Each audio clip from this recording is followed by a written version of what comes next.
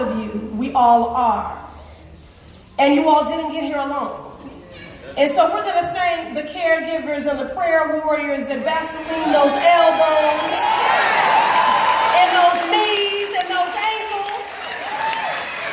Family, friends, neighbors, professors. Your village deserves just as much praise for their commitment to our success.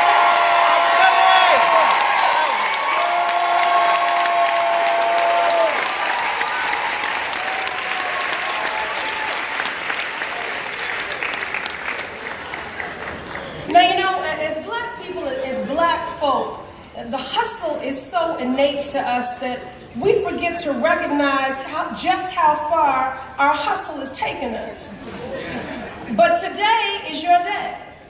It is the day to breathe, to reflect, to be fully present, and to honor yourself.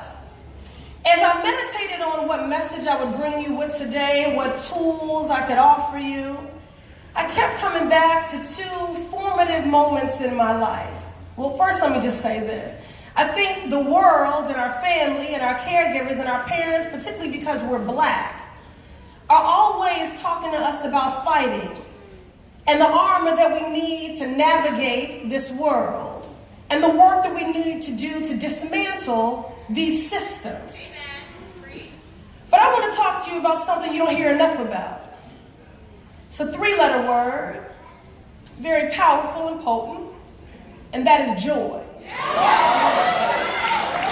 Now, they talked about how when I was a Boston City Council, I did a lot of work on trauma, and I remember I was having this hearing, convening this hearing on the need to have social emotional wellness supports in our schools because trauma is a barrier to learning, and the school psychologist said, Councilor Pressley, I thank you for your leadership in this space, but never forget that the chief combatant of trauma is to inform joy.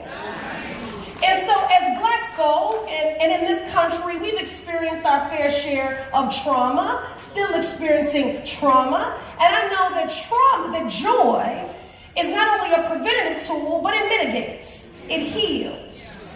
So I want to talk to you about joy.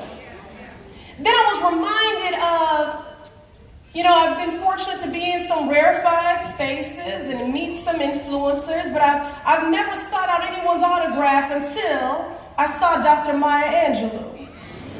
And I did seek out her autograph, and she signed the back of an envelope, and under her name, she just wrote the 3 letters, J-O-Y, exclamation point. And I wondered, for this griot, this poet, this sage, this wordsmith, out of all the words in the world that she could have put on the back of that envelope, why did she write joy? Well, I think she wrote it, and the reason I'm offering it to you and lifting it up to you today is because it is your civic duty to inform and to practice joy. Both in your life and in this world, especially now, because it is an act of resistance. See, I won't let this world, and I'm not supposed to be political, but this administration that's coming for our civil liberties, that's coming for my autonomy and self-agency over my body, they won't keep my joy. They won't keep my joy.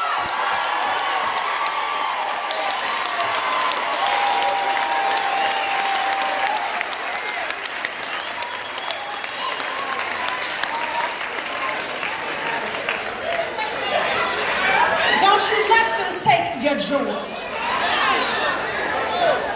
And that's the tradition that we come from. Now, true enough, struggle is a conflated part of blackness. But it is in that collective struggle that beauty has emerged. And so has joy. And that is why even in the brutality and degradation of slavery,